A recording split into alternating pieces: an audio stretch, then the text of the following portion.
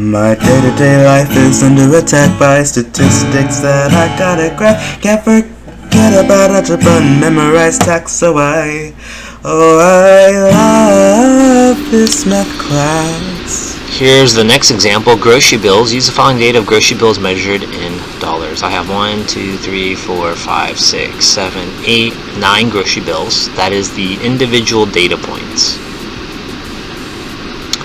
And from the individual data points, I'm going to add them all up and divide it. This will find me the mu, population mean, that's what that symbol is, and I get 25.36. Now I'm going to find the deviation, which just means you subtract the individual data points with the mean, here in green, and I get my answer in blue. Pay attention, as you put those in your calculators, you will have negatives. Some of them will be negatives. And then when you square the blue numbers, make sure you put those in parentheses and then square it into your calculator. You get an answer. When you add all of those up, that is called the summation. And I got 1470.19. And we're going to divide your answer by n, how many was in the population, which was 9 grocery bills. Pay attention here. This is where students get mistakes here. They take the square root of the numerator, the top, and then divide it by 9. That's incorrect. What you're going to do is kind of PEMDAS. You're going to do what's inside the parentheses would be division first. Dividing these two and then taking the square root, you will get a population standard deviation as 12.78. What does that stand for? Well, the measure of center is the mean. My grocery bill on average is about $25.36. In one standard deviation, I might spend $12.78 more, and one standard deviation below, I might spend less than that by $12.78. That's my spread.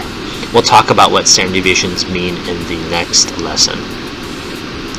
Let's go over this next example, the college history. The following are test scores of some of the females in the college history course. Find the standard deviation of the data around your answer to the nearest hundredth. So I have these scores. I have 12 of them. I add them up. My summation divided by 12, which is n.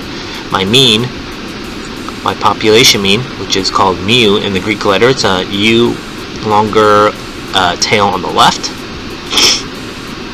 You'll subtract the values. This is called the deviation, just following the formula, and then you're going to square them. Remember, put it in parentheses. You get an answer, then you're going to add them all up. Summation, which is 1481 divided by 12. Take this answer, and then you take square root of that, which is 40.083. Take square root of that, the square root goes away, and you're left with 6.3. So the average score in the class was an 86.5 amongst those females, and some of them scored one standard deviation above 6.3 and one subtracted by 6.3 points. We love math, every time we divide, we already know the path, Then we multiply, all we gotta do is roll the die,